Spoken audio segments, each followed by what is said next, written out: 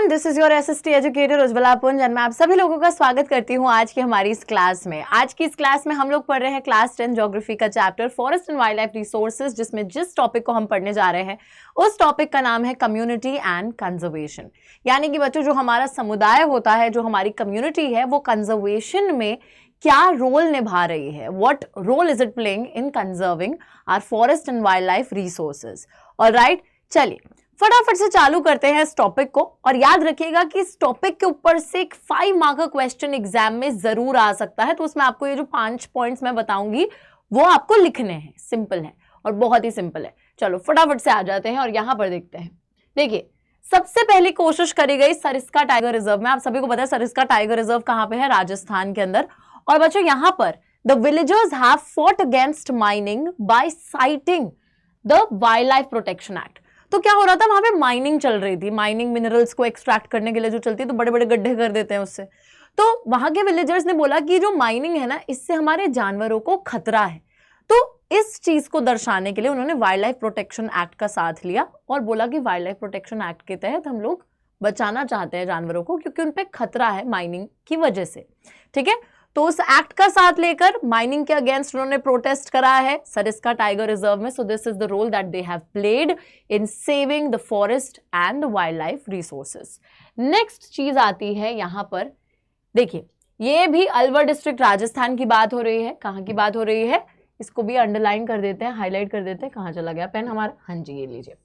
ठीक है, देखो, inhabitants of the 5 villages in Alwar district of Rajasthan. तो राजस्थान का एक जिला है अलवर। अलवर के अंदर 5 गांव के जो इनहैबिटेंट्स है, रहने वाले जो निवासी हैं, लोग हैं, they have declared 1200 hectares of forest as the Bhairodev Dakav sanctuary. तो 1200 हेक्टर जो फॉरेस्ट एरिया है उसको इन्होंने भैरोदेव दाकव सॉन्चुरी का नाम दे दिया है। और villages came up with their own set of rules and regulations which do not allow hunting, and they are also protecting the wildlife against any outside encroachments। तो यहाँ पे जो विलेजेस हैं और जो उसके विलेजर्स हैं, उन लोगों ने एक तो उस पर्टिकुलर एरिया को 1200 हेक्टर का जो जंगली इलाका है उसको सेंचुरी की तरह, यानी कि भैरोदेव दाकव सेंचुरी डिक्लेयर कर दिया। साथ ही में उस पर्टिकुलर एरिया में अपने खुद के कुछ रूल्स और रेगुलेशंस भी बना दिए, जहां पर वो बोल रहे हैं कि इस एरिया के अंदर अब शिकार नहीं करोगे आप जानवरों का। ठीक है, हंटिंग अलाउ नहीं करेंगे। साथ ही में बोल दिया कि वाइल्ड लाइफ को किसी भी बाहरी एंक्रोचमेंट से, तो कोई भी बाहर से आके यहाँ पे एंक्रोचमेंट नहीं कर सकता है, हम दखल अंदाजी नहीं देने देंगे, तो उससे भी प्रोटेक्ट करा है। तो देखो, खुद से कम्युनिटीज जो हैं, जो विलेजेस हैं, विलेजर्स हैं, they are coming forward, they are protecting their forest, they are protecting their wild life. आगे देखिए, थर्ड पॉइंट यहाँ पर आता है फेमस चिपको मूवमेंट का। बच्चों आप सभी को पता है फेमस चिपको मूवमेंट हिमालयाज में हुई थी। एक बहुत सक्सेसफुल अटेम्प्ट है to resist deforestation in several areas, also resulted in community afforestation. तो लोग क्या है, जाकर चिपक गए थे। किसके साथ चिपक गए थे? पेड़ों के साथ चिपक गए थे। ऐसे ही नहीं चिपक गए थे, तो चिपके इसलिए थे कि आपको अगर इन पेड़ों को काटना है तो पहले हमको काटना पड़ेगा, पहले हमको नुकसान पहुंचाना पड़ेगा इस पेड़ को काटने से पहले। So that is what they did. तो यहाँ पर बच्चों एक तो डिफॉरेस्टेशन को बचाया गया, पेड़ों को काटने से रोका गया, है ना, और साथ ही में एफॉरेस्टेशन को भी प्रमोट करा गया। एफॉरेस्टेशन को प्रमोट करने का मतलब है जो वहाँ के इंडिजिनियस स्पीसीज हैं, जो नेचुरली वहाँ पर पेड़ पौधे उगते हैं, उनको उगाया भी गया। तो एफॉरेस्टेशन भी प्रमोट करा, डिफॉरेस्टेशन को भी रोका, पेड़ों के साथ चिपक कर। सुंदरलाल बहुगुणा जी ने इस मूवमेंट को स्टार्ट करा था, आप सभी को याद होना चाहिए। चिपको मूवमेंट बचपन से पढ़ते आ रहे हैं। चलिए आगे चलते हैं, तो यहाँ पर 4th पॉइंट पे आते हैं। 4th पॉइंट है हमारा फार्मर सिटीजन्स ग्रुप लाइक बीज बचाओ आंदोलन इन तहरी एंड नवदन्या, एक एनजीओ है, they have shown that adequate levels of diversified crop production without the use of synthetic chemicals are possible and economically viable. तो जरूरी नहीं है कि आपको जो है एक तरीके से सिंथेटिक केमिकल्स, पेस्टिसाइड्स, इन सभी का यूज करना है और क्रॉप प्रोड्यूस करने हैं, नहीं। उसके बिना भी आप जो है अगर प्रोटेक्ट करके रखो हमारे स्पीसीज को, तो इतने डाइवर्स किस्म के स्पीसीज हैं कि हम उससे बहुत ज़्यादा प्रोडक्शन डाइवर्सिफाई कर सकते हैं। तो इन्होंने एक तरीके से नेचुरली चीज़ों को और बढ़ाने की बात करी, डाइवर्सिफाई करने की बात करी, और अपोज करा सिंथेटिक केमिकल्स, पेस्टिसाइड्स और जेनेटिक मॉडिफिकेशन पर, कि वो सारी चीज़ें मत कीजिए, नेचुरली हम लोग जो है इसको और ज़्यादा प्रोडक्शन को बढ़ा सकते हैं। नेक्स्ट देखिए, JFM program furnishes a very good example for involving local communities in the management and restoration of degraded forest. अब यार JFM जो है ना, ये एक तरीके से सरकार, जो लोग हैं, उनके साथ मिलकर फॉरेस्ट एरिया को प्रोटेक्ट करने की कोशिश कर रही है, क्योंकि नाम से ही समझ लो जॉइंट फॉरेस्ट मैनेजमेंट, कि सरकार भी आ गई है और लोग भी आ गए हैं सहयोग करने के लिए। तो यहाँ पर एक बहुत अच्छा एग्जाम्पल है कि आपने लोकल कम्युनिटीज को इन्वॉल्व करा है, जहां पर जो फॉरेस्ट एरिया जो खराब हो रहा है, डिग्रेड हो रहा है, उसको आप मैनेज भी कर रहे हो और रिस्टोर करने की भी कोशिश कर रहे हो। अब ये तो हो गए आपके 5 पॉइंट्स, कि अगर 5 नंबर का क्वेश्चन आएगा, 5 पॉइंट्स जो है हमारे Sariska tiger reserve, Bhairavdev दाका century, चिपको मूवमेंट, उसी के साथ बीज बचाओ आंदोलन नवदन्या और JFM, ये 5 पॉइंट लिख दोगे। बट पता है कभी कभी क्या होता है, एक ना फुल फ्लेजेड शॉर्ट नोट लिखना आ जाता है सिर्फ JFM के ऊपर, सिर्फ JFM पे पूरा नोट लिखने को आ जाता है। तो JFM को थोड़ा और अच्छे से समझते हैं। The program has been in formal existence since 1988 when the state of Odisha passed the first resolution for joint forest management। तो सबसे पहले बच्चों, ये joint forest management का रेजोल्यूशन ओडिशा में पास हुआ था और ये चीज वहीं पर चालू हुई थी।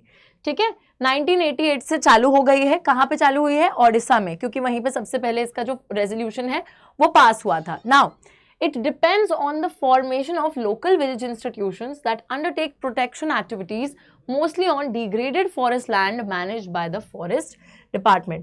तो यहाँ बोला जा रहा है कि ये जो JFM है, it depends on the formation of local village institutions। तो local village institutions को फॉर्म करा जाता है जो कि प्रोटेक्शन एक्टिविटीज लेंगे degraded forest land manage by the. जमीन फॉरेस्ट डिपार्टमेंट के पास है, लेकिन फॉरेस्ट डिपार्टमेंट ने पहले तो बोला कि नहीं, सारी हम जमीन रख लेंगे, किसी को घुसने नहीं देंगे, इसको कंजर्व करेंगे। But then forest department also realised कि why not take the help of the local communities, क्योंकि लोकल कम्युनिटीज का काफी लगाव है फॉरेस्ट एरिया से, तो वो ज्यादा अच्छे से प्रोटेक्ट कर पाएंगे। तो जमीन थी फॉरेस्ट डिपार्टमेंट की, फॉरेस्ट डिपार्टमेंट ने वो जमीनें जो है लोकल कम्युनिटीज को दे दी संभालने के लिए, उसको मैनेज करने के लिए, प्रोटेक्ट करने के लिए। ठीक है, तो लोकल विलेज इंस्टीट्यूशंस बनेंगे। इन रिटर्न अब देखो, लोग मजे में वो करेंगे प्रोटेक्ट फॉरेस्ट एरिया को, कुछ उन्हें भी तो इंसेंटिव्स मिलने चाहिए। तो that is what is happening. In return members of these communities are entitled to intermediary benefits like non timber forest produce, share in the timber harvested by the successful protection. तो यार देखो, अब जो communities इसमें अपना साथ दे रही हैं, साथ निभा रही हैं, है ना, तो obviously they are also devoting their time, they are putting in effort for these things. So in return they are also getting something from it, they are also benefiting something from it। क्या benefits उनको मिल रहे हैं?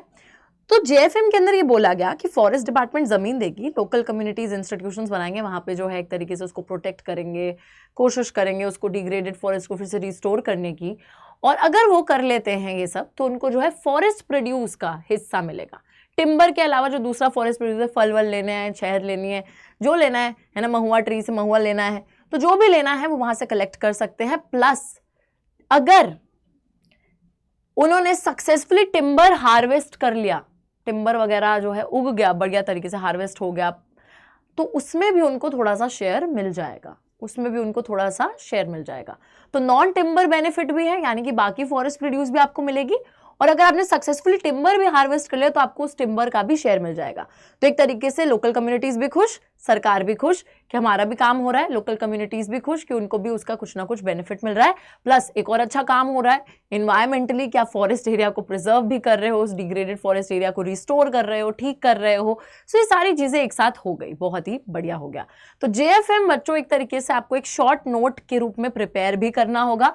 आप इसको as a point भी लिख सकते हो जब एक लंबे क्वेश्चन में पूछा जाए कम्युनिटी कंजर्वेशन के ऊपर, और अगर अलग से भी पूछा जाए तो भी आप इसको लिख सकते हो।